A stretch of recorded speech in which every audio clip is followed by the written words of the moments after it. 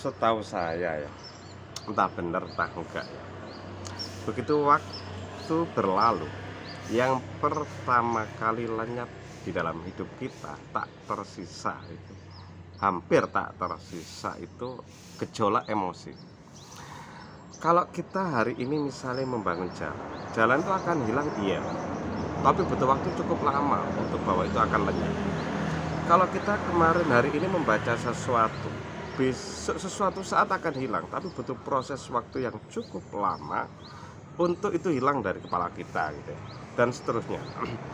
Tapi gejolak emosi, saya tadi pagi begitu sedih misalnya, sekarang tiba-tiba bahagia, begitu cepat berlalu. Saya kemarin tuh merasa menghadapi hidup itu begitu lemah, begitu tidak berdaya dan seterusnya. Tiba-tiba sorenya saya tuh pede aja menghadapi hidup. Hidup mah kecil.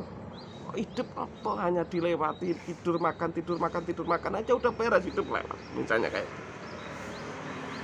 Misalnya gejolak emosi kita yang hubungannya dengan cinta misalnya gitu ya. Kita begitu gemuruh mencintai sesuatu atau seseorang, tak lama kita bisa begitu benci kepadanya, begitu mudahnya berlalu. Repotnya begini, gejolak di dalam jiwa kita itulah sesuatu yang tidak dapat kita kontrol, itulah yang sangat mempengaruhi hidup kita, yang mengombang-ambingkan hidup kita. Itu repotnya. Uniknya, meski kita tahu itu akan berlalu, bahkan dalam waktu sekejap, kita tetap tidak berdaya menghadapi emosi itu. Nggak bisa, kita tetap sedih, sedih itu pasti ya tetap aja kita sedih, kita lagi putus asa menghadapi hidup. Bisa nggak itu kita katakan pada itu, enggak, hidup nggak usah putus, nggak bisa. Begitu itu berubah dengan sendirinya gitu. Apakah ini bisa diselesaikan gitu loh? Adakah pemikiran-pemikiran untuk menyelesaikan problem ini agar kita nggak digoncang-goncangkan oleh emosi dari dalam ini, gejolak dari dalam?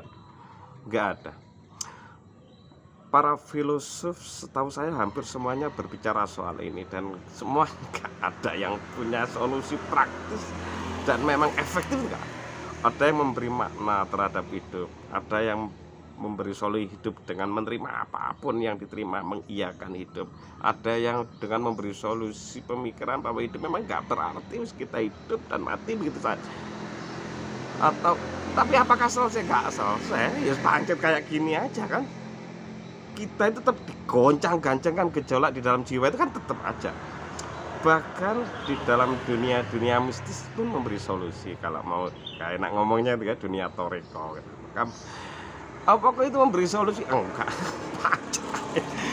Ya lihat aja orang ikut toriko, apakah mereka enggak digoncangkan oleh yang di dalam diri? Enggak lah, sama aja dengan dia enggak ikut toriko. Ya kalau mereka lagi zikir, lagi ini ya mereka lupa lah dengan hidupnya gitu.